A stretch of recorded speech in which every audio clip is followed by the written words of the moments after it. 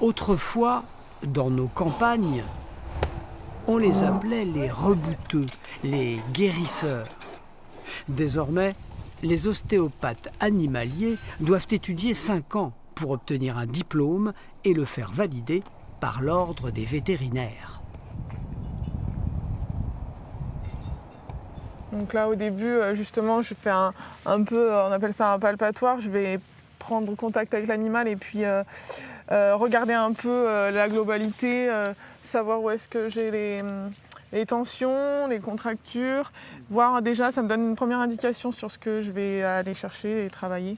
Là, je sens par exemple qu'il y a une restriction de mobilité, donc elle bouge moins bien que ce qu'elle devrait. Donc, voilà, comprendre pourquoi et puis lui redonner du mouvement. L'ostéopathe voit avec ses doigts, lit le corps avec ses mains, comme chez les humains.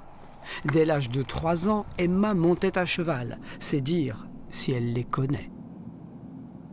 En fait, ils ressentent vraiment tout qui on est.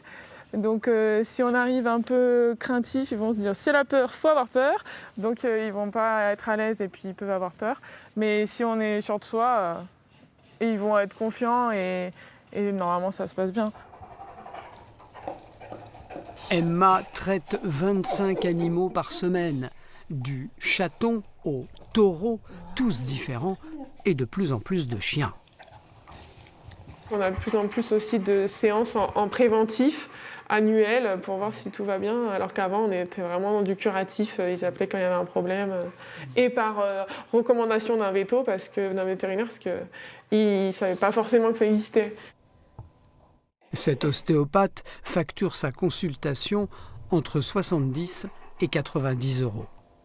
Dès qu'ils arrivent à vraiment à être soulagés en fin de séance, on les sent, ils se relâchent, ils soufflent, ils commencent à bâiller. Ah non, c'est vrai, enfin, il y a un vrai ressenti positif dessus, quoi. Ostéo pour animaux, un métier en plein développement. Aujourd'hui en France, on recense une 30aine d'écoles spécialisées.